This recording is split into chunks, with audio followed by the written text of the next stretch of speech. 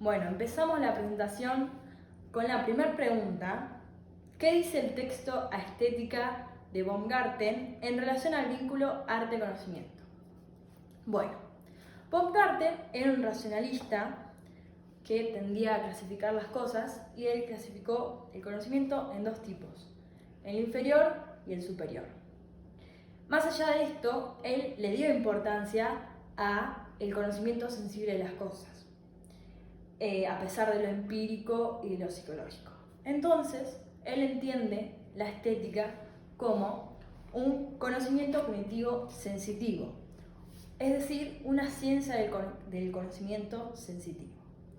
Justamente esto, lo sensible, es lo que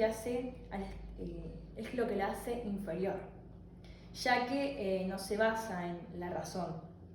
Por eso, esta ciencia de la estética es análoga de la razón, ya que sus representaciones serían menos claras. O sea, la estética decía que él no podía ofrecer una verdad, ¿no? Una verdad universal. A diferencia de la ciencia superior, que está basada en la razón y en la experiencia, que ya es así, se considera como una verdad universal. Pero más adelante, Kant desmentiría esto que dice Baumgarten sobre la estética.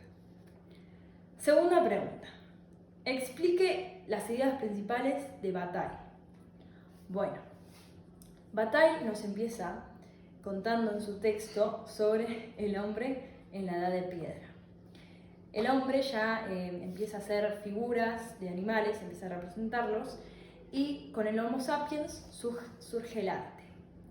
También, con el paso de animal a hombre, el hombre empieza a tener una conciencia de sí mismo, de sus límites y sus prohibiciones. Justamente pasa, entonces, el arte empieza a considerarse como un juego, una actividad lúdica y creativa, y se toma como una transgresión a los límites. Porque ¿qué pasa?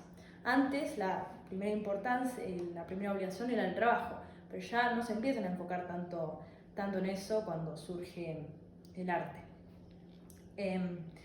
También empiezan a tocar los conceptos como lo sagrado y lo profano, y lo religioso.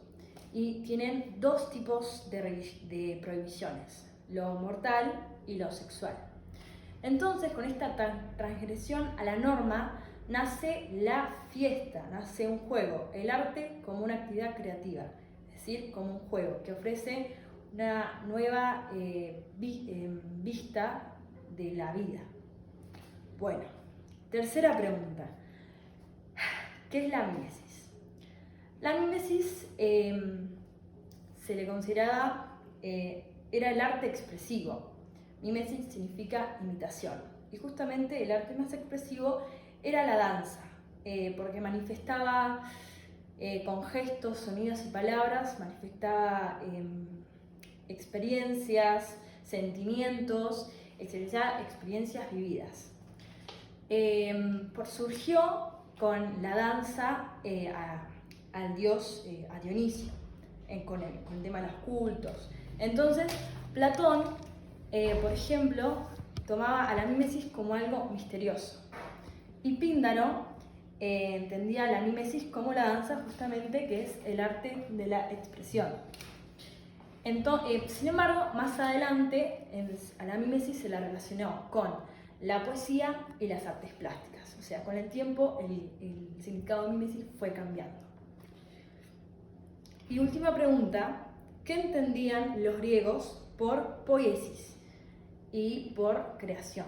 Bueno, poiesis es crear, es hacer.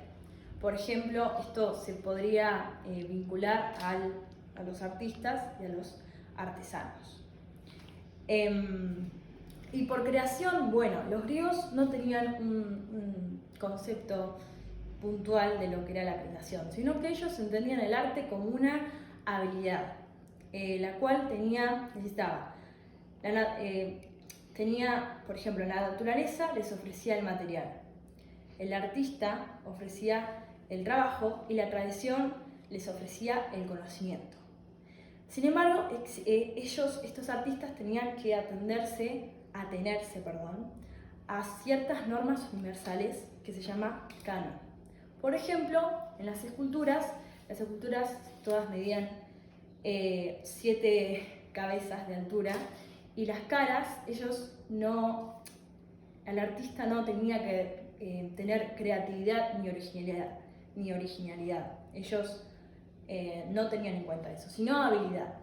Entonces las caras de todas las esculturas de las personas no eran representativas exactamente, sino que ellos las iban calculando como simétricamente, por eso todas las caras eran iguales. Entonces ellos no tenían un concepto de creación, sino de habilidad respecto al arte.